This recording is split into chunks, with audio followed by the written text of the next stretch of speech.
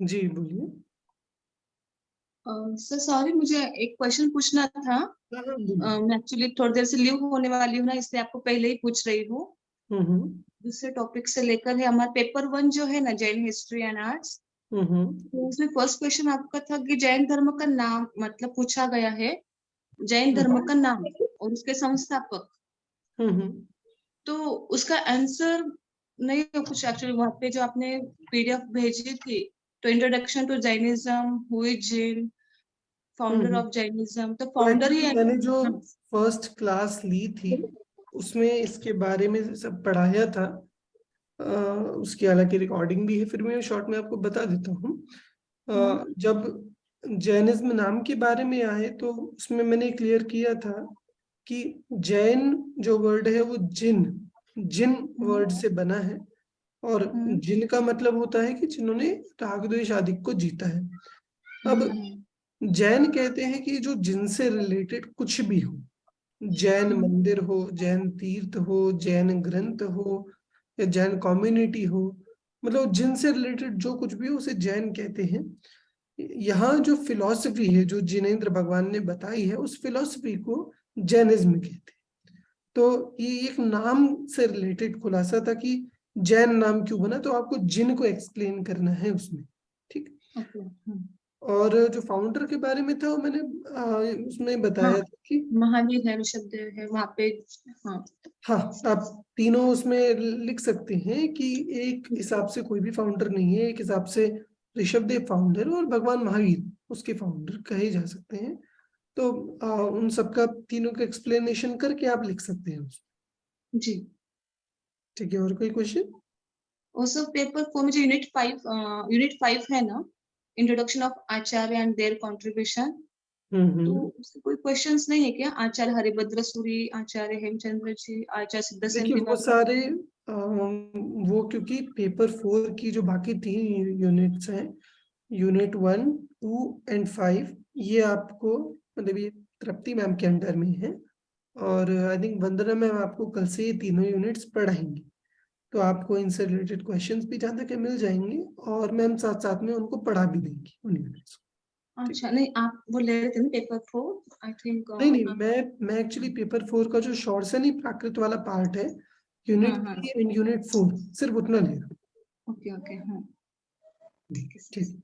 और thank you. कुछ? हाँ। नो। ठीक। तो आइए हम आज वाली क्लास स्टार्ट करते हैं। आज कल हमने समय सार ग्रंथ के बारे में पूरा उसका विषय वस्तु परिचय इत्यादि सब देखा था। आज जो अपना एक लास्ट क्वेश्चन है उसके रिगार्डिंग हम डिस्कशन करेंगे। आचार्य कुंद के ही ग्रंथों में उनके दो और प्रमुख ग्रंथ हैं जिनकी हमें यहाँ बात करनी है। पहला नाम है प्रवचन सार और दूसरा नाम है पंचास्तिका। ठीक। आचार्य कुंद के ये 3 ग्रंथ, मतलब ये तीनों ही अपने आप में बहुत स्पेशल ग्रंथ है। जैसे समय सार का आपको बताया था कि समय सार में तत्वों का आध्यात्मिक विश्लेषण। तो आध्यात्मिक विश्लेषण तो कोई व्यक्ति तब समझेगा ना जब उसने आगम के अकॉर्डिंग वे तत्व पढ़े हो, सिद्धांत के अकॉर्डिंग उनको समझा हो। तो सबसे पहले सिद्धांत समझा जाता है और उसके बाद अध्यात्म समझा जाता है। तो सिद्धांत कोई व्यक्ति कहाँ समझेगा, कैसे समझेगा? कि ये प्रवचन सार और पंचास्ति का जो 2 ग्रंथ हैं, इसमें आचार्य कुंद सिद्धांत को पूरा क्लियर करते हैं। ठीक। और अध्यात्म का वर्णन समय सार ग्रंथ में करते हैं। अगर आप सिर्फ प्रवचन सार या पंचास्ति का पढ़ेंगे तो आप अध्यात्म नहीं पढ़ा तो भी अधूरी बात रह जाएगी। और आपने सिर्फ समय सार पढ़ लिया अध्यात्म, और आपने सिद्धांत नहीं पढ़ा तो भी अधूरी बात रह जाएगी। माने सिद्धांत एक नींव होती है, आगम एक आधार होता है, और जिस पर अध्यात्म का एक वृक्ष लगता है। ठीक। जिसका फल वस्तुतः आनंद होता है। पर बिना आगम के आधार के, बिना सिद्धांत के अध्यात्म को समझा भी नहीं जा सकता, उसको ग्रहण भी नहीं किया जा सकता। और बिना अध्यात्म के आगम सफल नहीं होता। ठीक। तो दोनों ही इनकी परस्पर मैत्री है, ऐसा संबंध है दोनों का। प्रवचन सार और पंचास्तिका ये दोनों ही ग्रंथ वस्तु स्वरूप का वर्णन करने वाले ग्रंथ। अगर हम एक वर्ड में कहें, वस्तु स्वरूप का सिद्धांत अनुसार ये विवेचन करते हैं। प्रवचन सार जो पंचास्तिका ग्रंथ है, पंचास्तिका 172 गाथाओं का ग्रंथ है, तो ये आकृति में छोटा हुआ। प्रवचन सार है वो 278 गाथाओं का ग्रंथ है, वो इससे ऑलमोस्ट 100 गाथा ज्यादा हुआ पंचास्तिका से। और समय सार है वो 415 गाथाओं का ग्रंथ है, तो वो लगभग प्रवचन सार से भी 125 गाथा ज्यादा हो।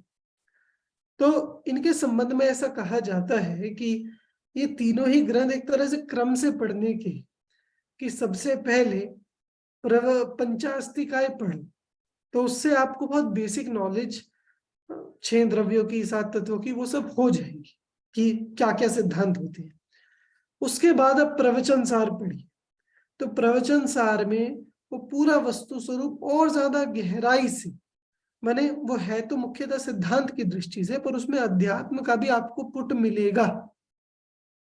तो पंचास्तिका के बाद प्रवचन सार पढ़िए, और जब प्रवचन सार से भी आप सब कुछ सीख चुके हैं, समझ चुके हैं, तो अंततः आप समय सार पढ़िए, जो अध्यात्म का पोषक है, अध्यात्म का विषय बताता है। तो इस तरह तीनों ग्रंथ, छोटा उससे बड़ा, उससे बड़ा, ऐसे इन्हें ऐसा भी कहा जाता है कि अल्प रुचि वाले शिष्य के लिए, जो जघन्य रुचि वाला शिष्य है, जो सबसे कम रुचि है, वो उसके लिए पंचास्तिका है। जो थोड़ा मध्यम रुचि वाला शिष्य है, जिसे थोड़ा विस्तार में तो जानना है पर ज्यादा विस्तार में भी नहीं जानना, उसे कहेंगे भैया आप प्रवचन सार पढ़ो। और जिसे और विस्तार से जानना है, जिसे उसमें भी चैन नहीं पड़ रहा, तो उसके लिए कहेंगे भैया आप समय सार पढ़ो। ठीक। और जिसे इन तीनों में से कुछ नहीं जानना, तीनों की सिर्फ समरी जाननी है, उसे कहेंगे भैया पेपर के अकॉर्डिंग उतना पढ़ो। तो इसलिए ठीक है, पेपर के हिसाब से अब इनके समरी पढ़ रहे हैं, पर एटलीस्ट हमें ये पढ़ने के बाद एक जिज्ञासा जगनी चाहिए इन ग्रंथों को पढ़ने की। तो यथा योग्य हम आगे के काल में इन ग्रंथों का स्वाध्याय करने का मानस अवश्य बनाए अपनी रुचि अनुसार। तो आइए शुरू करते हैं। प्रवचन सार और पंचास्तिकाएं का विषय वस्तु, उनका परिचय वो क्या है। सबसे पहले हम देखते हैं प्रवचन सार। देखिए, जैसे कि नाम से आपको स्पष्ट होगा, प्रवचन, नॉर्मली प्रवचन का क्या मतलब समझते हैं कि कोई साधु महाराज हैं, वे प्रवचन देते हैं, उनके व्याख्यान होते हैं, तो उसे हम प्रवचन कहते हैं। वचन होते हैं किसी का भी जो उपदेश होता है, वो वचन होता है। प्रवचन माने प्र मतलब प्रकृष्ट, उत्कृष्ट वचन। बताइए इस विश्व में सबसे उत्कृष्ट वचन किनके होते हैं? तीर्थंकर के। तीर्थंकर के, केवली भगवान की जो दिव्य ध्वनि होती है, वो इस विश्व के सर्वोत्कृष्ट वचन होते हैं। तो इसलिए उन्हें कहा जाता है प्रवचन। तो प्रवचन जब भी कहा जाए, तो उससे आपको तीर्थंकरों का या केवल ज्ञानियों का उपदेश, वो उससे अर्थ समझना चाहिए। दूसरा जो उसके आगे लगाया सार, तो सार शब्द का अर्थ मैंने आपको कल भी बताया था समय सार के संबंध में।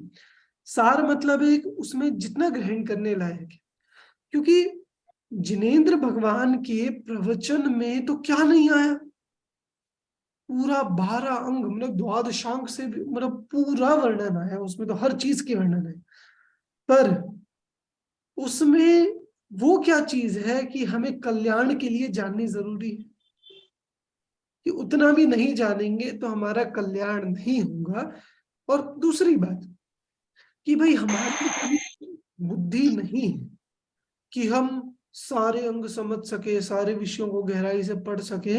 हमें तो उतना बता दो जितना कल्याण के लिए जरूरी है। तो इसलिए आचार्य कुंद ने भगवान की दिव्य ध्वनि को लेकर और उसका सार यहाँ प्रस्तुत किया है, उसमें से जितनी मुख्य मुख्य बातें हैं मैंने उस दृष्टि से वो प्रस्तुत की हैं। इसीलिए इस ग्रंथ का नाम है प्रवचन सार, कि जो दिव्य ध्वनि का सार है। नाम क्लियर हुआ? ठीक, आप लोग भी वीडियो ऑन कर सकते हैं तो ऑन रखें, खुशबू जी, नलिनी जी, वंदना जी।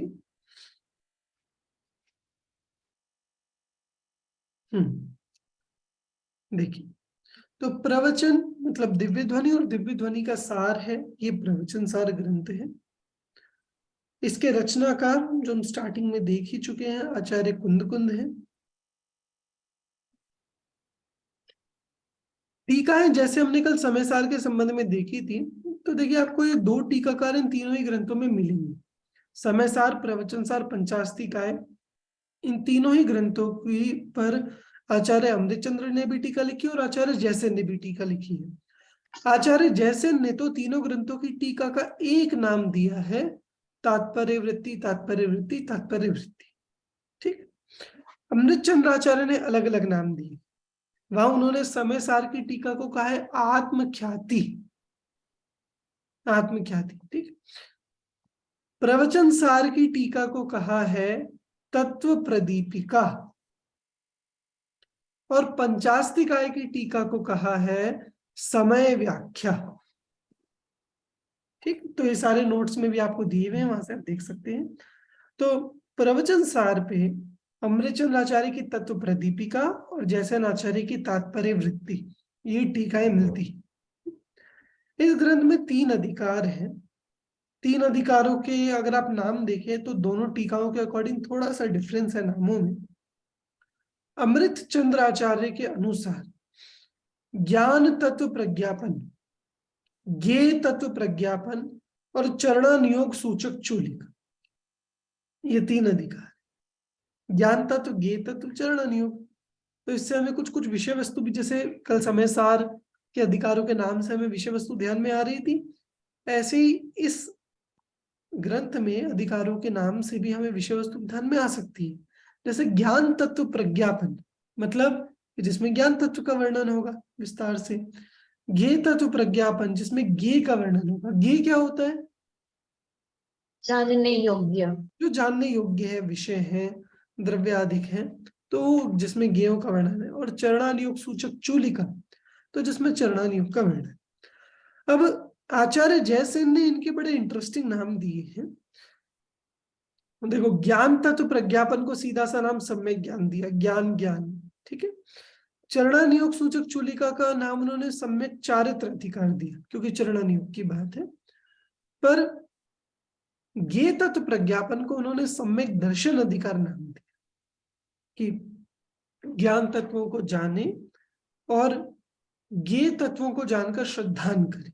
और एक्चुअली जब आप ज्ञेय तत्व अधिकार को देखेंगे तो वहां ज्ञेय और ज्ञान का डिवीजन भी बताया है, कि ज्ञान में आत्मा अलग है और ज्ञेय अलग है।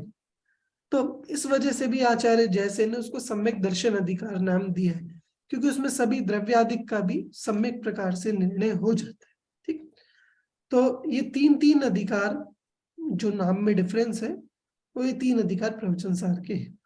अधिकारों के नाम क्लियर हुए? Yes sir. ठीक है, आगे देखिए। ये ग्रंथ का जब आप मंगलाचरण देखते हैं तो बड़ा इंटरेस्टिंग है कि इसमें मतलब बाकी ग्रंथों में किसी में आपको एक गाथा में या एक दो में ज्यादा से ज्यादा आपको मंगलाचरण मिलता है। इस ग्रंथ में आपको 5 गाथाओं में मंगलाचरण मिलता है। मतलब आचार्य कुंद मंगलाचरण कैसे करते हैं कि वे सबसे पहले महावीर भगवान को नमस्कार करते हैं, फिर वे बाकी के 23 तीर्थंकरों को नमस्कार करते हैं, फिर वे विदेश क्षेत्र के 20 तीर्थंकरों को नमस्कार करते हैं, फिर वे सभी सिद्धों को नमस्कार करते हैं, सभी आचार्यों को नमस्कार करते हैं, सभी उपाध्यायों को, सभी साधुओं को नमस्कार करते हैं। तो इस तरह से पंच परमेष्ठियों को नमस्कार करके और फिर वे ग्रंथ कहने की प्रतिज्ञा कहते। ठीक, तो इस तरह से इसमें विस्तृत मंगलाचरण आपको मिलता है। आपने ये वाक्य सुना है या नहीं? चारित्तम खलु धम्मो, नहीं सुना? मतलब इधर बहुत प्रसिद्ध वाक्य है ये आचार्य कुंद का, जिसका नाम है कि वास्तविक धर्म जो है वो चारित्र है, चारित्र ही वास्तव में धर्म है, चारित्रम खलु धम्मो। तो ये इसी ग्रंथ का वाक्य है, इसी ग्रंथ में 7वीं गाथा में लिखा हुआ है, चारित्रम खलु धम्मो। अब इसके जो अधिकार है, मेन जो अपने क्वेश्चन में पूछा गया है, उसको हम यहाँ डिस्कस करते हैं। 4 अधिकार आपको, 3 अधिकार आपको बताए हैं, ज्ञान तत्व प्रज्ञापन, ज्ञेय तत्व प्रज्ञापन और चरणानुयोग सूचक चूलिका। ज्ञान तत्व प्रज्ञापन का एक नॉर्मल जो विषय वस्तु है, मतलब जिसमें ज्ञान का वर्णन किया गया है, पर वो ज्ञान तत्व प्रज्ञापन का वर्णन भी आप देखेंगे तो उसमें भी आपको 4 उप अधिकार, सब चैप्टर्स आपको मिलेंगे, जिनका जो टॉपिक है वो उनके नाम के अकॉर्डिंग ही है। तो अगर आपको अधिकार का नाम मालूम है तो आप उसकी विषय वस्तु बहुत आराम से समझ सकते हैं। जैसे शुद्धोपयोग अधिकार, पहले मैं आपको एक ओवरव्यू बता देता हूं कि ये ज्ञान तत्व प्रज्ञापन अधिकार में क्या है। शुद्धोपयोग का सबसे पहले इन्होंने वर्णन किया कि कोई एक मुनि है तो वे शुद्धोपयोग की साधना करते हैं, मतलब अरहंत बनने के लिए शुद्धोपयोग का अभ्यास करते हैं। जब कोई मुनि पूर्ण शुद्धोपयोग प्राप्त कर लेंगे तो उसका रिजल्ट क्या निकलेगा, उन्हें क्या क्या मिलेगा।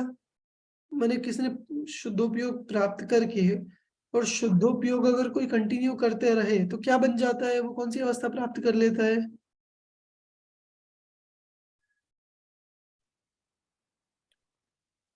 कोई मुनि शुद्धोपयोग के फल में क्या अवस्था प्राप्त करता है, केवली अवस्था, केवल ज्ञानी हो जाते हैं। ठीक, केवल ज्ञानी हो गए तो उन्हें क्या क्या मिलेगा, मोक्ष निश्चित है। नहीं, मोक्ष तो आगे मिलेगा, उस समय क्या मिला जब केवल ज्ञानी हो गए। अनंत ज्ञान, अनंत दर्शन, अनंत ज्ञान, अनंत सुख, अनंत दर्शन, अनंत वीर। ठीक, तो यहाँ उस शुद्धोपयोग का रिजल्ट रहता है अनंत दर्शन, अनंत ज्ञान, अनंत सुख, अनंत वीर। तो उसमें से आचार्य एक अनंत सुख और अनंत ज्ञान, इन दोनों को समझाते हैं। तो इसके लिए आगे 2 अधिकार बताए, ज्ञान अधिकार और एक सुख अधिकार। तो ज्ञान अधिकार में किस बात का वर्णन होगा कि भगवान का ज्ञान कैसा होता है, केवल ज्ञान कैसा होता है। मतलब प्रवचन सार ग्रंथ का अगर कोई एक सिग्निफिकेंस है, अगर कोई एक पहचान है एक स्कॉलर्स में कि प्रवचन सार ग्रंथ किस चीज के लिए जाना जाता है, तो आप स्कॉलर से सुनेंगे कि वो ज्ञान का इसमें जिस गहराई से निरूपण किया है, केवल ज्ञान की जिस तरह से उन्होंने सिद्धि की है, मतलब सर्वज्ञता को प्रूफ कर दिया है कि ऐसा होता है, और वो ज्ञान कैसा दिव्य होता है, कैसा स्पेशल होता है, उस सर्वज्ञता को उन्होंने प्रूफ किया ज्ञान अधिकार। सिर्फ यही नहीं, अब कोई कहेगा अरे सर्वज्ञता तो बोरिंग है, अब क्या मजा सबको जान गया पर अपने बैठे रहो, कि नहीं, ऐसा नहीं। आपको इस ज्ञान के साथ साथ सुख भी मिलेगा, और ऐसा वैसा सुख नहीं, ये अनंत सुख है। क्यों, तो आचार्य ने उस सुख के सामने कंपैरिजन में अतीन्द्रिय सुख के सामने इंद्रिय सुख रखा है। अतीन्द्रिय सुख और ये दोनों टर्म्स तो समझते हैं आप लोग, अतीन्द्रिय और इंद्रिय। नलिनी जी समझते हैं आप, तो पूछिए ना, मुझे क्यों पूछना पड़ रहा है कि समझते हैं कि नहीं। जब मैं पूछ रहा हूं आप सबसे तो बताइए कि नहीं समझते। इंद्रिय, जब हम इंद्रियों से सुख लेते हैं, गर्मी लगी पंखा चला लिया तो ये इंद्रिय का सुख है, भूख लगी खाना खा लिया, ये इंद्रिय का सुख है। अतीन्द्रिय सुख कि कोई इंद्रिय की आवश्यकता नहीं, आत्मा आत्मा में लीन है और सुख मिल रहा है, इसे कहते हैं अतीन्द्रिय सुख। केवली भगवान के कौन सा सुख होता है, इंद्रिय सुख या अतीन्द्रिय सुख, अतीन्द्रिय सुख। तो आचार्य कुंद दोनों का कंपैरिजन करके बताते हैं, ये आपके सामने इंद्रिय सुख रखा है, ये आपके सामने अतीन्द्रिय सुख रखा है, और इंद्रिय सुख वास्तव में दुख है, कष्ट रूप है, और अतीन्द्रिय सुख वो वास्तव में सुख है, उपाधि है। मतलब आप उसे पढ़ेंगे ना, ये इंद्रिय सुख और अतीन्द्रिय सुख का जो वर्णन किया है सुखाधिकार में, मतलब जब आप ज्ञान अधिकार पढ़ते हैं, आप कोई भी अधिकार पढ़ो, आचार्य कुंदकुन की शैली ऐसी है, आपके मुंह में पानी आने लगता है। आपको ऐसा लगेगा कि जैसे वो शुद्धोपयोग का वर्णन करेंगे तो आपको ऐसा लगेगा कि अरे हमें भी ये शुद्धोपयोग हो जाए।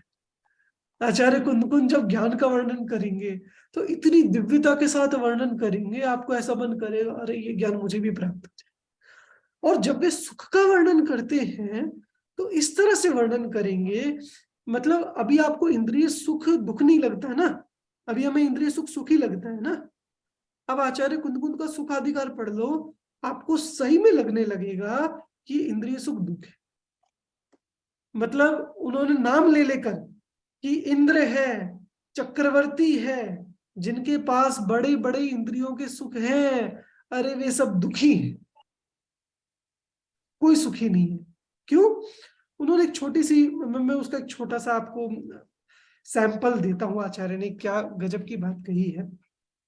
वे कहते हैं कि मान लीजिए यहाँ एक खाने की चीज कोई रखी है, हालांकि रात हो रही है, रात में बात नहीं करनी चाहिए, फिर फॉर एग्जाम्पल खाने की चीज आपके सामने रखी और दो व्यक्ति बैठे हैं, उसमें अभी आपको आधे घंटे तक नहीं खाना, ठीक।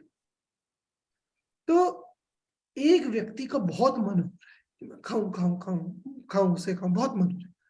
दूसरा व्यक्ति को कुछ विकल्प ही नहीं, वो सोच ही नहीं रहा, उसका ध्यान कहीं और लगा। तो आधे घंटे तक उन दोनों में से ज्यादा दुखी कौन रहेगा? जिसका ध्यान खाने में है। और जिसको जितनी ज्यादा इच्छा होगी। अच्छा, अभी सिचुएशन को एक दूसरी तरह से लगा, अभी वो दोनों लड़के हटा दो, एक दो नए लड़के बैठा, ठीक है। अभी सामने चीज रखी है, अभी अभी उसमें तो हमने बता दिया था कि किसको एक को इच्छा ज्यादा है, दूसरे को नहीं है। अभी इसमें मैंने आपको नहीं बताया कि किसको इच्छा ज्यादा है, किसको इच्छा कम है, मैंने किसको दुख ज्यादा है, किसको दुख कम है, पर आपको पहचान है, ठीक। तो अब आधा घंटा पूरा होने वाला है और आपके सामने भी एक सीन आएगा, तो आपको उसमें पहचानना है कि किसको इच्छा ज्यादा है, किसको इच्छा कम है। जैसे ही आधा घंटा पूरा हुआ तो उसमें से एक लड़का, और वो 5 4 3 2 1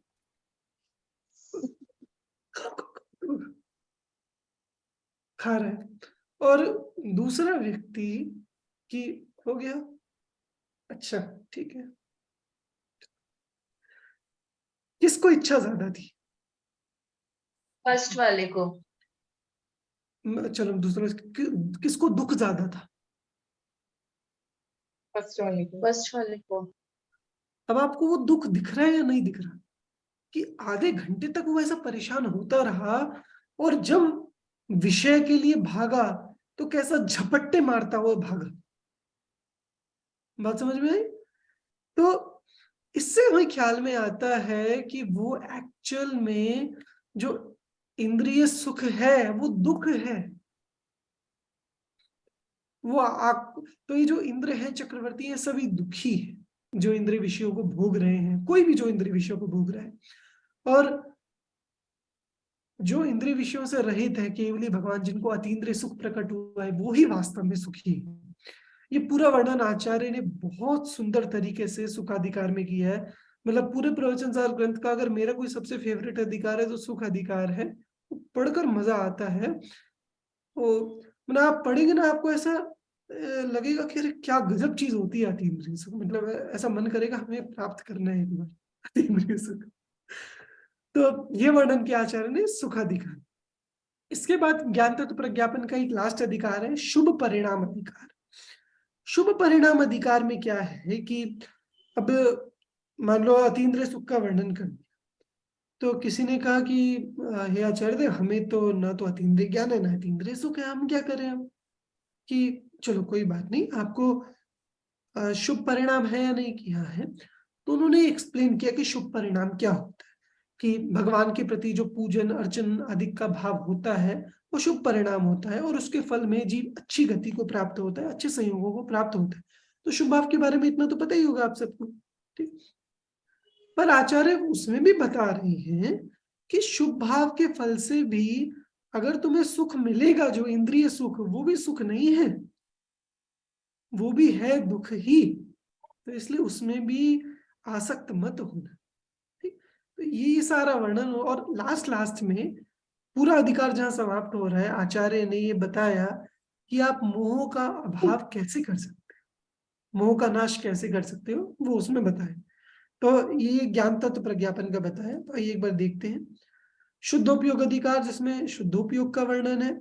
श्रवण के शुद्धोपयोग का फल, क्या फल है? अतीन्द्रिय ज्ञान और अतीन्द्रिय सुख, ये दो फल। तो ज्ञान अधिकार में उन्होंने अतीन्द्रिय ज्ञान उपादेय है और इंद्रिय ज्ञान हे है, ये बताया।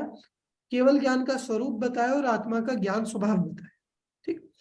और सुखाधिकार में अतीन्द्रिय सुख के बारे में बताया कि अतीन्द्रिय सुख उपादेय है और इंद्रिय सुख हे है। शुद्धोपयोगी जीव के ही जो अतीन्द्रिय सुख होता है वास्तव में वो ही सुख है। और शुभ परिणाम अधिकार में आचार्य शुभोपयोग का वर्णन करते हैं। अरंतादिक के प्रति जो शुभोपयोग होता है उसको बताते हैं, पर साथ में ये भी सावधान करते हैं कि भाई शुभ भाव करो तुम, कोई दिक्कत नहीं, पर उसके फल में जो तुम्हें पुण्य में इंद्रिय भोग मिलेंगे उसे सुख मत मानना, वो कोई ऐसी अच्छी चीज नहीं है, तो वो स्वाभाविक सुख नहीं है, ठीक। और अंत में जो मोह के अभाव का उपाय उन्होंने बताया, और ये बड़ी गजब की गाथा है। आप कभी देखिए प्रवचन सार ग्रंथ की 80 नंबर की गाथा, 80 मतलब बहुत बहुत फेमस गाथा है ये। आचार्य कहते हैं कि अरहंत भगवान को द्रव्य गुण पर्याय से जानने से मोह का अभाव होता है। तो अरहंत से भगवान को जानने से मोह का अभाव कैसे होते हैं वो उन्होंने बताया। और फिर शास्त्रों से तत्वार्थों को जानते हैं, उससे मोह का अभाव होता है, ठीक। तो इस तरह ये ज्ञान तत्व प्रज्ञापन नाम का पहला महाअधिकार है, जिसके अंदर 4 सब चैप्टर्स हैं। ये क्लियर हुआ सबको? ज्ञान तत्व प्रज्ञापन का ओवरव्यू, ठीक। सेकंड है ज्ञेय तत्व प्रज्ञापन। क्या नाम है सेकंड अधिकार का? ज्ञेय तत्व ज्ञेय तत्व प्रज्ञापन, ठीक। वंदना जी समझ में आ रहा है? नलिनी जी? हाँ, विनीता जी आप उपस्थित हैं? हाँ सर। हाँ, अपनी वीडियो ऑन रखिए अगर रख सकते हैं तो, ठीक। तो ज्ञेय तत्व प्रज्ञापन अधिकार, जिसमें ज्ञेय तत्व की मुख्यता से वर्णन। अब इसके 3 सब चैप्टर्स हैं ज्ञेय तत्व प्रज्ञापन के। एक सामान्य ज्ञेय, देखो बहुत सिंपल से नाम, सामान्य ज्ञेय अधिकार, विशेष ज्ञेय अधिकार और ज्ञान ज्ञेय विभाग अधिकार। पहले ज्ञेय का सामान्य वर्णन करेंगे, फिर ज्ञेय का विशेष वर्णन करेंगे, फिर ज्ञान और ज्ञेय का डिवीजन बताएंगे। कैसे? सामान्य ज्ञेय अधिकार में सामान्य ज्ञेय क्या होता है, मतलब आप इस विश्व की सारी वस्तुओं को एक नाम क्या दे सकते हो?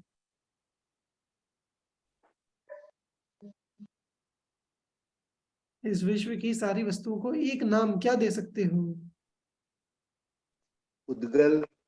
उद्गल? अरे उद्गल के अलावा जीव भी है, धर्म धर्म आकाश काल भी है। उद्गल कहने में सारी वस्तुएं थोड़ी आती है, सारे पदार्थ इस विश्व के। मति ज्ञान, मति ज्ञान तो सिर्फ जीव में होता है ना। हाँ इस विश्व के सभी पदार्थों को एक नाम क्या दोगे? लोक। लोग तो एक सामान्य संज्ञा हो, मतलब लोग तो एक हो गया, उसे हम कहेंगे द्रव्य। सिंपल सा नाम है द्रव्य, मतलब सारी उसमें आ गए, जीव पुद्गल धर्म आकाश काल, द्रव्य द्रव्य। तो उन्होंने सामान्य द्रव्य प्रज्ञापन में पहले द्रव्य का स्वरूप बताया। द्रव्य क्या होता है? जस्ट तत्वार्थ सूत्र में है ना, जो उत्पाद व द्रव्य युक्तम सत सद्रव्य लक्षणम, ये सब बताया। तो ये सब एक्चुअली कुंद कुंद आचार्य के प्रवचन सार से आया है। ये जो सूत्र है ना, सद्रव्य लक्षणम, तो इसमें गाता है दब्बम सल्लक्षणियम और उत्पाद द्रव्य युक्तम सत उत्पाद धुवे ही संयुक्तम, उत्पाद व द्रव्य से युक्त, और गुण पर्याय व द्रव्यम वो भी यहाँ बताया, गुण पज्जयासयम वाह, मतलब द्रव्य क्या क्या होता है, द्रव्य में उत्पाद व द्रव्य होते हैं, ये थोड़ा बहुत तो मालूम होगा आपको उत्पाद व द्रव्य वगैरह का कि नहीं बताया। मतलब द्रव्य में उत्पाद व द्रव्य होते हैं, द्रव्य में गुण पर्याय होते हैं, द्रव्य का लक्षण सत होता है। ये पूरा द्रव्य के बारे में जो उन्होंने वर्णन किया वो कौन से अधिकार में है? सामान्य गेय तत्व के अंदर जो सामान्य गेय अधिकार, सामान्य पहला, ठीक। अब विशेष गेय अधिकार में क्या वर्णन करेंगे, ये तो बहुत सिंपल है, बता सकते हैं आप सभी। विशेष गेय अधिकार, विशेष गेय कौन से होते हैं? 9 तत्व सर। जब सामान्य गेय द्रव्य है, यहाँ उन्होंने तत्वों की दृष्टि से नहीं द्रव्यों की दृष्टि से बताया कि जब सामान्य गेय द्रव्य, तो विशेष गेय के रूप में उन्होंने जीव, पुद्गल, धर्म, अधर्म, आकाश, काल, इस तरह से 6 द्रव्यों को यहाँ पर विस्तार से बताया। तो पूरा जो 5वां अध्याय है ना तत्वार्थ सूत्र का, जिसमें द्रव्यों के लक्षण वगैरह वो सब बताए हैं, वो पूरा का पूरा अधिकार आपको यहाँ मिल जाएगा। इसके विशेष गेय अधिकार वो यहाँ से लिया गया है पूरा अधिकार, ठीक। तो इधर आपको, और क्योंकि आचार्य कुंदकुंद आचार्य उमा स्वामी से पहले हुए, उनके बाद तत्वार्थ सूत्र लिखा गया है, तो आचार्य कुंदकुंद के ग्रंथों का भी काफी प्रभाव है तत्वार्थ सूत्र, ठीक। तो ये हो गया। इसके बाद तीसरा है, अब देखो पहले अधिकार में ज्ञान का वर्णन कर दिया था, दूसरे अधिकार में गेयों का वर्णन कर दिया, तो अब उनका डिविजन की जरूरत है कि ज्ञान अलग चीज है, गेय अलग चीज है। तो इसलिए उन्होंने तीसरा अधिकार का नाम बनाया ज्ञान गेय विभाग अधिकार। इसमें क्या बताया कि अभी आपने जान लिया ना कि ज्ञान तत्व आत्मा है, और फिर आपने गेय जान लिए कि 6 द्रव्य गेय हैं, तो ये ज्ञान गेय को मिक्स मत करना। बताओ, ये शरीर है, आप सबका जो शरीर है, ये ज्ञान है या गेय है? शरीर ज्ञान है कि गेय है? गे है। गेय है। और हम मानते क्या है शरीर को? देखो मैं देख रहा हूँ, विनीता जी, वंदना जी, कान से सुन रहे हो? जी मैम, जी सर। हाँ सुन, ये आपने शरीर को ज्ञान मान लिया कि कान से शब्द का ज्ञान हो रहा है, आंख से रूप का ज्ञान हो रहा है, तो ये हमने शरीर को ज्ञान मान लिया। वास्तव में शरीर क्या है? ये है। ज्ञान ये। कौन है? कि ज्ञान तो आत्मा है। ऐसा उन्होंने, आचार्य कुंद की तो शैली है कि वे तो कहीं भी हो घूम फिर के भेद ज्ञान पर ही आएंगे, आत्मा पर ही आएंगे। उन्हें ये जैसे तैसे ये ही सिद्ध करना है कि शरीर अलग है और आत्मा अलग है, शरीर को अपना मत मानो। तो इसलिए उन्होंने ज्ञान और गेय का डिवीजन किया। तो ये 3 अधिकार, ये 3 अधिकार कौन से महाअधिकार के अंदर आए? ज्ञान तत्व प्रज्ञापन। न, न, न, न, न, न, न। ये तत्व प्रज्ञापन, ज्ञान तत्व प्रज्ञापन तो पहला हो गया। हाँ हाँ। तो देखिए, ये तत्व प्रज्ञापन, द्रव्य सामान्य प्रज्ञापन, इसमें द्रव्य का लक्षण सत है, उत्पाद व द्रव्य से युक्त है, द्रव्य गुण पर्याय के आश्रित है। ऐसे द्रव्य गुण पर्याय का उन्होंने विस्तार से और बहुत सूक्ष्म वर्णन किया है। आचार्य कुंद की ये स्पेशलिटी जरूर है कि जिस टॉपिक को छेड़ते हैं ऊपर ऊपर से नहीं छेड़ते, उसकी ऐसी डेप्थ में जाते हैं कि आपको और कहीं वो डेप्थ नहीं मिलेगी। मतलब वो आचार्य कुंद की इसलिए ग्रंथों में आपको एक अलग ही स्पेशलिटी मिलती है। दूसरा, द्रव्य विशेष प्रज्ञापन अधिकार, जिसमें 6 द्रव्य हैं जो जीव, पुद्गल, धर्म, धर्म, आकाश, काल, इन सभी गेयों का विस्तार से एक एक का वर्णन किया, एक एक के क्या कार्य हैं वो सब बताया। तीसरा, ज्ञान गेय विभाग अधिकार, इसमें ज्ञान स्वरूप आत्मा और शेष अजीव द्रव्यों का भेद बताया कि इन सभी गेयों में एक ज्ञान आत्मा है और बाकी जितने गे हैं वो सभी अजीब हैं, और भले ही वे सब एक साथ रहते हैं पर फिर भी ज्ञान अलग है और गे अलग है। तो इस तरह से ये गे तत्व प्रज्ञापन अधिकार। क्लियर हुआ सबको सेकंड अधिकार? जी। ठीक है। अब आचार्य कुंद इसमें बड़े एक मजेदार सी बात आगे करते हैं। नॉर्मली आपको मिलेगा कि आचार्य कुंद यही बातें कर रहे हैं कि सम्यक दर्शन करो या भेद ज्ञान करो, आत्मा को जानो। आचार्य कह रहे हैं कि अरे सिर्फ सम्यक दर्शन करने से काम नहीं, अगर मोक्ष चाहिए तो श्रमण बनो, श्रामण्य को अंगीकार करो। इसीलिए तीसरा अधिकार लिखा सम्यक चारित्र अधिकार या फिर चरणानुयोग सूचकचु लिखा। इसमें आचार्य देव पहली ही गाथा में लिखते हैं क्या? वडिवज्जदु सामन्नम जय छय दुख परिमुखम, कि यदि तुम दुखों से छूटना चाहते हो तो श्रामण्य को अंगीकार करो। मैंने श्रामण्य जो मुनिपना ही दुखों से छूटने का उपाय है। तो इस पूरे अधिकार में किस चीज का वर्णन होगा? चारित्र का। चारित्र का, और वो भी श्रमणों के लिए मेन रूप से। तो इसमें वो बताया है कि कोई एक जीव है जो दुख से छूटना चाहता है और उसके लिए वो दीक्षा लेता है। तो दीक्षा वो कैसे लेता है, और दीक्षा देने वाले आचार्य का क्या स्वरूप होता है, दीक्षा की क्या विधि होती है, और दीक्षा लेकर वो कैसे व्रतों का पालन करता है। आचार्य कुंद अब क्योंकि दीक्षा की सामान्य विधि तो आपको हर जगह मिल जाएगी, पर इसमें आचार्य कुंद का टच कहाँ से आएगा?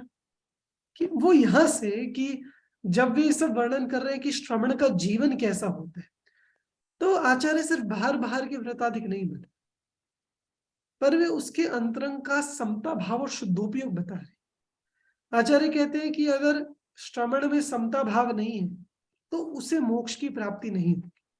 यदि श्रमण शुद्धोपयोग की साधना नहीं करता तो उसको मोक्ष नहीं मिलेगा। मतलब सिर्फ बाह्य के आचरण करने से मोक्ष नहीं मिलेगा जब तक वो अंतरंग की साधना ना करे। इसलिए उन्होंने श्रमण धर्म बताकर भी शुद्धोपयोग के लिए ही प्रेरणा दी। ठीक, आत्मा में लीन होने की ही प्रेरणा दी। परिग्रह का निषेध किया श्रमणों के लिए पूरी तरह से। तो ये उनकी चरणानुयोग सूचक चूलिका है। देखिए देखते हैं, इसमें सम्यक दर्शन ज्ञान पूर्वक चारित्र धारण करने का व्याख्यान है। दीक्षा लेने की प्रेरणा भी दी हुई है, दीक्षा लेने की विधि भी बताई हुई है। दीक्षा के लिए योग्य कैसा जीव होता है, दीक्षा देने वाले गुरु का क्या स्वरूप होता है, ठीक, वो सब आपको मिलेगा। मुनि को कोई परिग्रह रखने का उन्होंने सख्त निषेध किया है। वे कहते हैं कि जिसके पास परिग्रह है वे मुनि नहीं। और क्योंकि यहाँ दिगंबर अनुसार वर्णन है इसलिए वे मुनियों को केवल पीछे कमंडल और शास्त्र, क्योंकि दिगंबरों में इतना ही परमिशन है रखने का, केवल 3 वस्तुएं ही, 3 साधन ही रखने की परमिशन। ठीक, तो इस अधिकार में इसलिए वे इस तरह से श्रामण्य का वर्णन करते हैं, मुनि जीवन का पूरा वर्णन करते हैं। शुद्धोपयोग ही वास्तव में मुनि धर्म है। तो मुनि धर्म के नाम पर वे बाह्य चीजों को मुख्य ना करके शुद्धोपयोग को मुख्य करते हैं। इस अधिकार में से एक आपको इंटरेस्टिंग प्रसंग बताऊं। जब दीक्षा लेने की बात आती है कि दीक्षा के लिए जाता है तो आचार्य ने लिखा कि अपने बंधु वर्ग से आज्ञा लेकर, अपने माता पिता आदि से आज्ञा, सबसे आज्ञा लेकर, और वो श्रमण बनने के लिए जाता है। ठीक, तो टीका में एक बहुत अच्छा वर्णन है। वो जो मुमुक्षु जीव है वो जाता है अपनी माता के पास और कहता है कि हे इस शरीर की जननी, संबोधित भी कैसे करेगा, हे शरीर की जननी, और इस तरह से संबोधित करके कि आपका संबंध इस देह से है और मैं अब एक आत्मा की शुद्धि के लिए ये श्रमण धर्म अंगीकार कर रहा हूं, इसलिए मुझे आज्ञा। मतलब वो जो आज्ञाओं का भी वर्णन किया ना, वो भी उन्होंने इतना आध्यात्मिक वर्णन किया टीका में, ये पढ़ने में बड़ा मजा आता है। ठीक, तो वो पूरा शुद्धोपयोग को ही प्रधान रख के सारा वर्णन है। तो इस तरह ये प्रवचन सार ग्रंथ में ज्ञान तत्व प्रज्ञापन, ज्ञेय तत्व प्रज्ञापन और चरण नियोग सूचक चूलिका, इस तरह सम्यक ज्ञान, सम्यक दर्शन और सम्यक चारित्र, ये 3 प्रकार के अधिकार बताए हैं। तो इस तरह प्रवचन सार ग्रंथ का ओवरव्यू हुआ। सभी को क्लियर हुआ? शांतिलाल जी, जी, आशा जी, आदित्य जी, यस सर। विनीता जी, नलिनी जी, यस सर। कोई क्वेश्चन किसी को प्रवचन सार ग्रंथ के विषय में? 80वीं गाथा में क्या दिया था आपने, क्या बताया, एक बार बताएंगे? हाँ हाँ, 80वीं गाथा में शॉर्ट में आपको बताऊं, उसमें ये बताया कि अरहंत भगवान को द्रव्य गुण पर्याय से जानोगे तो मोह का अभाव हो जाए। मोह का, तो उन्होंने मोह के अभाव की विधि बताई कि मोह के अभाव के लिए क्या करना, कि अरहंत भगवान को द्रव्य गुण और पर्याय से जानना। ऐसे तो बहुत ही गंभीर और सूक्ष्म विषय है उसमें, और बहुत ही अच्छा विषय है। कभी अलग से प्रसंग बनेगा तो उसकी चर्चा करेंगे। ठीक, और कोई प्रश्न किसी का? No sir. ठीक है, चलिए। तो इस तरह ये प्रवचन सार ग्रंथ का वर्णन। एट लास्ट हम आते हैं पंचास्तिकाय ग्रंथ, क्योंकि पंचास्तिकाय ग्रंथ में कोई इतना ज्यादा विस्तार नहीं है, ये अल्प रुचि वाले शिष्यों के लिए है। और आप सभी की रुचि मुझे मालूम नहीं कैसी है, अभी तो टाइम कम है, तो टाइम से रुचि हालांकि पता नहीं चलती। सर आपने अच्छा वर्णन करे कि ऐसा लग रहा है कि परीक्षा वरीक्षा छोड़ो, एक ग्रंथ पढ़ लो बस। पढ़ेंगे कभी अलग से, बिल्कुल। अरे इतना इतना रस है इन ग्रंथों में, इतना आनंद है कि अपने कल्याण के लिए, इस मनुष्य भव को सार्थक करने के लिए बहुत है। कि सही में मेरा भी कभी कभी ऐसा मन करता है कि छोड़ो ये सब लौकिक झंझट है, सब चूल्हे में जान दो और अपना एकांत में जाके ये ग्रंथ पढ़ के अपना आनंद लो। मतलब इससे बढ़कर सही में कुछ नहीं। वो आनंद लेना आ गया तो ये मनुष्य भाव सार्थक हो गया, वो लेना नहीं आया तो सब कुछ पाकर भी कुछ नहीं पाया इस मनुष्य भाव में। मैंने असली चीज वही। तो आइए इसी क्रम में हम पंचास्तिकाय ग्रंथ में क्या विषय है उसकी बात करते हैं। पंचास्तिकाय बहुत ही एक तरह से कहें जो स्टार्टर्स हैं, फ्रेशर्स हैं, उनके लिए पंचास्तिकाय ग्रंथ लिखा गया है, कि जिनको अभी जैन धर्म के बारे में ज्यादा नहीं पता और आपको जानना है कि द्रव्य क्या, तत्व क्या और मोक्ष मार्ग क्या होता है, वो सब जानना है, तो चिंता नहीं करो, पंचास्तिकाय भी आपके लिए। मैंने आचार्य कुंदन के पास सब सामग्री है। आपको बेसिक जानना है, आपको बेसिक मिलेगा, आपको इंटरमीडिएट जानना है, इंटरमीडिएट मिलेगा, आपको प्रो जानना है, आपको प्रो मिलेगा, सब कुछ है उनके पास। तो जैसा कि नाम इस ग्रंथ का बताते हैं, पंचास्तिकाय, पंच मतलब 5, अस्तिकाय, अस्तिकाय क्या होता है? तत्वार्थ सूत्र में पढ़ा होगा आप लोगों ने। अस्तिकाय व्हाट इज, धर्मास्तिकाय, प्रदेश। धर्मास्तिकाय, अधर्मास्तिकाय, जीवास्तिकाय, उद्गलास्तिकाय। हाँ नहीं, अस्तिकाय क्या होता है? अस्थि मतलब प्रदेश और काय मतलब समूह। देखिए, अस्तिकाय कहते हैं बहुप्रदेशी द्रव्यों, मतलब 5-6 द्रव्यों में काल को अकेला अस्तिकाय नहीं कहा जाता, क्योंकि उसका एक प्रदेश है, बाकी सबके असंख्यात प्रदेश होते हैं, इसलिए उन सबको अस्तिकाय कहते हैं। अस्थि तो सारे द्रव्य हैं, पर काय सिर्फ 5 द्रव्य। इस ग्रंथ का नाम अवश्य पंचास्तिकाय है, पर इसमें वर्णन आपको 6 द्रव्यों का मिलेगा।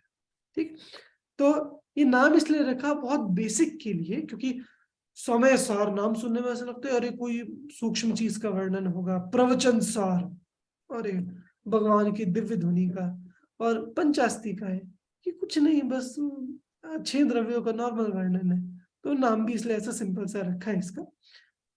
आचार्य कुंद ने इस पंचास्तिकाय को, अस्तिकाय बहुप्रदेशी द्रव्यों को कहते हैं, इस ग्रंथ की रचना संक्षेप रुचि वाले शिष्यों के लिए हुई है, जो फ्रेशर्स है, स्टार्टर्स है।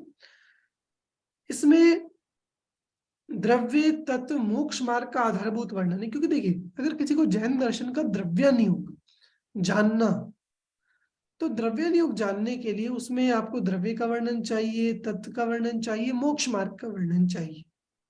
बस इतना, मतलब एक जैन दर्शन की बेसिक नॉलेज के लिए, जो द्रव्यानुयोग की बेसिक नॉलेज के लिए बहुत है, पर्याप्त है इतना।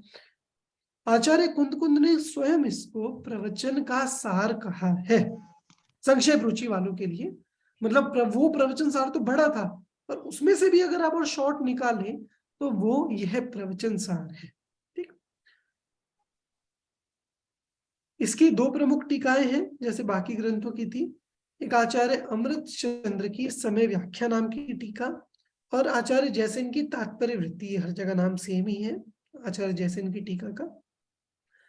इस ग्रंथ के दो अधिकार हैं और बहुत सिंपल है। देखो, समय सार था तो 10 अधिकार थे, प्रवचन सार में आए तो 3 अधिकार, और पंचास्तिकाय में आए तो और सरल हो गया, सिर्फ 2 अधिकार है आपके लिए, प्रथम श्रुत स्कंद और द्वितीय श्रुत स्कंद। श्रुत स्कंद कहते हैं कि श्रुत मतलब होता है एक तरह से जो परंपरा से शास्त्र आए हैं, स्कंद माने समूह। तो जितने शास्त्र आए हैं भगवान की वाणी को, मतलब द्रव्य को भी हम 2 प्रकार में डिवाइड कर सकते हैं, प्रथम श्रुत स्कंद और द्वितीय श्रुत स्कंद। प्रथम श्रुत स्कंद में वर्णन होता है जिसमें 6 द्रव्य आदि का वर्णन होता है प्रथम श्रुत स्कंद में। माने जब आप पदार्थों का 6 द्रव्य की मुख्यता से वर्णन करते हो वो होता है प्रथम श्रुत स्कंद, और जब आप पदार्थों का 7 या 9 तत्वों की मुख्यता से वर्णन करते हो या मोक्ष मार्ग की तरफ से व्याख्यान करते हो वो है द्वितीय श्रुत स्कंद। उसे प्रथम क्यों कहा कि भाई सबसे पहले 6 द्रव्य जानो, उसके बाद आप 9 तत्व जानोगे, उसके बाद आप मोक्ष मार्ग जान पाओगे, इसलिए वो प्रथम श्रुत स्कंद है और ये द्वितीय श्रुत स्कंद। तो ये इसके एक्चुअली अधिकारों के नाम ही है। तो जब आप इनकी विषय वस्तु, ये बहुत ही सिंपल है कि जैसे नाम है वैसी विषय वस्तु है। प्रथम श्रुत स्कंद वाला जो अधिकार है उसमें आपको 6 द्रव्यों का वर्णन एग्जाम्पल्स के साथ मिलेगा, मतलब स्वीट एंड सिंपल, बहुत इजी। और जो द्वितीय श्रुत स्कंद है उसमें आपको 9 तत्वों का वर्णन मिलेगा और मोक्ष मार्ग का वर्णन मिलेगा, बस दैट्स इट, मतलब इतना ही है पंचास्तिकाय का। देखो, प्रथम श्रुत स्कंद 6 द्रव्य और पंचास्तिकाय, हालांकि 6 द्रव्य के अंदर पंचास्तिकाय आ जाते हैं पर फिर भी वो अस्तिकाय क्या चीज है ये अलग से बताया उन्होंने, और काल द्रव्य अस्तिकाय नहीं है, वो सब जो वर्णन है वो सारा आपको इसमें मिलेगा। अस्तिकायों का अस्तित्व और कायत्व। देखो, अस्तिकाय में 2 चीजें है ना, एक अस्थि, अस्थि मतलब क्या होता है, अस्थि मतलब है, होना, और काय मतलब बहुप्रदेशी। ठीक, अस्तित्व को आप कैसे सिद्ध करोगे, प्रवचन सार में भी पढ़ के आए ना, जो द्रव्य सामान्य अधिकार है कि अस्तित्व को उत्पाद व द्रव्य से या गुण पर्याय से सिद्ध किया है कि हर एक द्रव्य अस्थि है क्योंकि सभी द्रव्यों में उत्पाद व द्रव्य है, सभी द्रव्यों में गुण पर्याय है। तो इससे उन्होंने क्या सिद्ध किया, ये अस्थि वाला जो पार्ट है ये। और इसके बाद जो काय वाला पार्ट है इसको कैसे सिद्ध करेंगे कि काय कहते हैं बहुप्रदेशी को, तो उन्होंने बहुप्रदेशी पने से काय पने को सिद्ध किया। तो जिसमें यह है कि जीव, पुद्गल, धर्म, धर्म, आकाश, ये 5 बहुप्रदेशी है इसलिए काय है, और काल है वो एक प्रदेशी है इसलिए वो काय नहीं है। ठीक, तो इस तरह सभी द्रव्यों का उन्होंने विस्तार से स्वरूप बताया है, एक एक द्रव्य का अलग अलग, और 6 द्रव्यों का डिविजन्स, मतलब देखिए आप डिवीजन हम बहुत तरीके से कर सकते हैं, कुछ एग्जांपल बताइए। 6 द्रव्यों को आपको 2 पार्ट में डिवाइड करना हो तो कैसे करेंगे?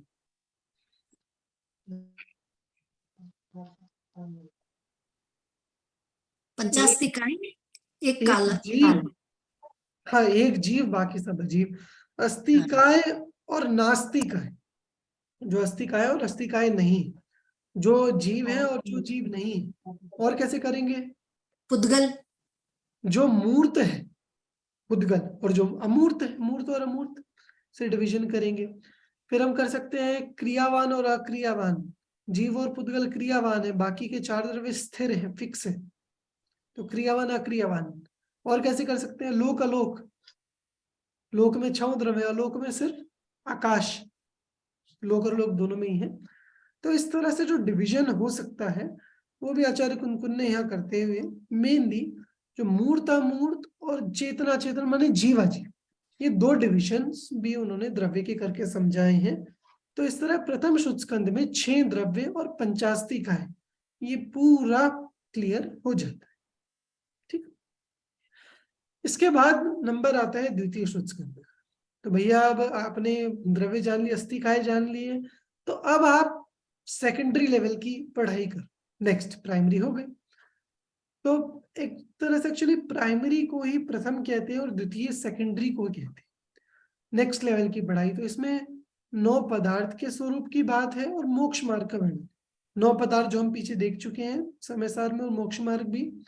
तो जीवादि 9 पदार्थों का, अच्छा इसमें विशेष क्या है, समय सार में भी 9 पदार्थों का वर्णन था और यहाँ भी 9 पदार्थों का वर्णन है, क्या डिफरेंस मिलेगा? उसमें भेद प्रभेद नहीं है। समय सार में आपको 9 तत्वों का आध्यात्मिक वर्णन मिलेगा और इसमें सैद्धांतिक वर्णन मिलेगा। इसमें 9 तत्वों के भेद प्रभेद आदि करके वो विस्तार से पूरा सिद्धांत के अनुसार बताया है। तो इसलिए 9 तत्वों का ये स्पेशल विवेचन आपको यहाँ पर मिलेगा। और मोक्ष मार्ग, जो सम्यक दर्शन, सम्यक ज्ञान और सम्यक चारित्र, इस रूप मोक्ष मार्ग का भी इन्होंने विस्तार से वर्णन किया है। क्योंकि ग्रंथ एक बेसिक है और एक तरह से कहें प्रारंभिक लोगों के लिए है, तो इसलिए इसकी भाषा बहुत सरल है और बहुत इजीली समझ में आती है। ठीक, and this is the end of the line, we are done. इस तरह ये पंचास्तिकाय ग्रंथ का यहाँ पर वर्णन हुआ। तो यहाँ पे प्रथम शुद्ध स्कंद और द्वितीय शुद्ध स्कंद, इस तरह से 2 अधिकारों में, प्रथम शुद्ध स्कंद में 6 द्रव्य पंचास्तिकाय, द्वितीय शुद्ध स्कंद में 9 तत्व और मोक्ष मार्ग का इसमें वर्णन किया। ठीक, तो सर इसमें दो बताए ना, समय व्याख्या और तात्पर्य वृत्ति। उसका मीनिंग नहीं, ये तो टीकाओं के नाम है।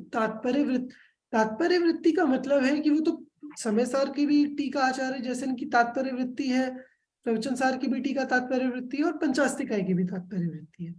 अधिकार उसमें भी सेम ही है, बस एक छोटा सा डिफरेंस ये है जो मैंने लास्ट में इसमें लिखा भी है कि आचार्य जयसेन ने द्वितीय शुद्ध स्कंद में एक्चुअली एक मोक्ष, देखो द्वितीय शुद्ध स्कंद में 2 चीजें है ना, एक 9 पदार्थ का वर्णन है और एक मोक्ष मार्ग का वर्णन है। तो आचार्य जयसेन ने क्या किया कि 9 पदार्थ के वर्णन को एक अलग अधिकार माना और मोक्ष मार्ग के वर्णन को एक अलग अधिकार माना। तो उन्होंने वो अधिकार अलग, तो उनके अनुसार 3 अधिकार हो। ठीक, बाकी वो पूरा सेम ही है। टोटल 172 गाथाएं आपको इस ग्रंथ में मिलेंगी। ठीक है, और कोई क्वेश्चन इससे रिलेटेड? प्रवचन सारी पंचास्तिका है। ठीक है, तो इस तरह हमने आचार्य कुंद के ये 2 ग्रंथ, प्रवचन सार और पंचास्तिका ग्रंथ को यहाँ पर देखा। तो उपसंहार करते हुए कह सकते हैं कि आचार्य कुंद के जितने भी ग्रंथ हैं, ये 3 तो हमने और बहुत ही ऊपर से बहुत ही स्थूल रूप से एज अ सैंपल देखे हैं, पर आचार्य कुंद के सभी ग्रंथ पूरे जैन साहित्य में अपना विशिष्ट स्थान रखते हैं। आपको उनके ग्रंथों में आध्यात्मिक वर्णन कुछ विशेष रूप से मिलेगा, जिसमें मुख्य उनका विषय रहेगा वो है शुद्धात्मा को जानना, भेद ज्ञान करना। वे अगर द्रव्य या तत्वों का भी वर्णन करेंगे तो भी इसके लिए कि इन्हें जानकर भी एट लास्ट आप आत्मा को जानो, भेद ज्ञान करो, स्वयं को शरीर मत मानो। तो आचार्य कुंद वास्तव में इस काल में आध्यात्मिक क्रांति के एक सर्वश्रेष्ठ आचार्य हुए हैं, जिनके ग्रंथों को पढ़कर जिसे एक बार आध्यात्मिक रुचि लग जाती है उसको और कुछ नहीं रुचता, कहीं आनंद नहीं आता, कहीं मन नहीं लगता। मतलब वो होता है अलर्ट कि जैसे वो एड्स आते हैं कुछ ये Dream11 वगैरह के, तो उसमें आता है कि this game can be addictive. हाँ, आचार्य कुंद के ग्रंथों पे भी ये अलर्ट है, दीज कैन बी एडिक्टिव। आप इन ग्रंथों को पढ़ेंगे तो एडिक्ट हो सकते हैं आचार्य कुंद से, ये इतने रसमय ग्रंथ है। और आचार्य कुंद का एक अंतिम अभिधेय, अंतिम प्रतिपाद्य यही है। वे हर ग्रंथ में प्रायः ये प्रेरणा देते हैं कि इस आत्मा को जानो, इस आत्मा का श्रद्धान करो, और सिर्फ इतना ही नहीं, इस आत्मा में ही लीन हो जाओ। तत्वार्थों को भली प्रकार से जानकर अंततः ये लक्ष्य होना चाहिए। यदि ये लक्ष्य हमने प्राप्त किया तो ये मनुष्य भव प्राप्त करने की सार्थकता हुई, मैंने सब कुछ प्राप्त कर लिया। फिर और कुछ किसी को नहीं भी मिला, किसी ने पैसा नहीं कमाया, कोई डिग्री नहीं ली, कोई पद नहीं लिया, पर ये आत्म तत्व प्राप्त कर लिया, तो वो मोक्ष कुछ भवों में ही सिद्ध बन जाएगा। और जिसने ये प्राप्त नहीं किया, फिर भले ही वो राष्ट्रपति बन जाए, प्रधानमंत्री बन जाए, तो कोई अर्थ नहीं है उस चीज का, ठीक। और भले कुछ भी कर ले। इसीलिए आचार्य कुंद की बारंबार ये प्रेरणा रहती है कि कुछ भी करके, जैसे तैसे भी, समाचार में तो एक जगह लिखा कि भाई तू मर पच करके भी आत्मा का अनुभव कर, किसी प्रकार चाहे मरना भी पड़े तो मर जा, पर आत्मा का अनुभव, मैंने मरने की कीमत पर भी उन्होंने ये बात कही। इसीलिए हमें बाकी सब चीजें दुनियादारी की वो सब साइड बाय साइड चलती रहेंगी, पर हमें अपनी ये आध्यात्मिक उन्नति का भी विचार करना चाहिए। ऐसा नहीं हो कि हमने जिस तरह से मनुष्य भव शुरू किया और हमारा मनुष्य भव का एंड भी उसी अज्ञान के साथ हो जाए। हम बाहर की उन्नति बहुत हो जाए, हमें लगे हमने बहुत कर लिया, एक्चुअल में कुछ नहीं किया होगा। जब अंतरंग की उन्नति होगी तो वास्तव में वो उन्नति कहलाएगी। तो आचार्य कुंद के पूरे इस साहित्य से, प्राकृत साहित्य से हम आत्मोन्नति की प्रेरणा लें और इसमें सजग हो, इस तरह की प्रेरणा आप सभी के लिए। और क्योंकि ये अपने इस सेशन की लास्ट क्लास भी है अभी मेरी तरफ से अवश्य, बाकी तो जब आप यहाँ आएंगे तब उसका रिवीजन रहेगा ही हर एक पेपर से पहले, पर अभी ये लास्ट क्लास है। तो इसलिए भी मेरी तरफ से भी यही आपको प्रेरणा है कि ये जैन दर्शन हम सभी पढ़ रहे हैं, तो इसको एक पेपर में लिखना है, ठीक है, पर पढ़ते हुए इससे आपको कल्याण हो सकता है, सम्यक दर्शन हो सकता है, आपकी आत्मोन्नति हो सकती है, आपका अज्ञान दूर हो सकता है, तत्व ज्ञान की प्राप्ति हो सकती है। इस दृष्टि से भी इसको पढ़ें और अपना कल्याण करें, ऐसी मेरी सभी के प्रति भावना है। तो इस प्रकार हम ये यूनिट की चर्चा भी यहाँ पर संपूर्ण करते हैं। किसी का कोई प्रश्न तो आप पूछ सकते हैं।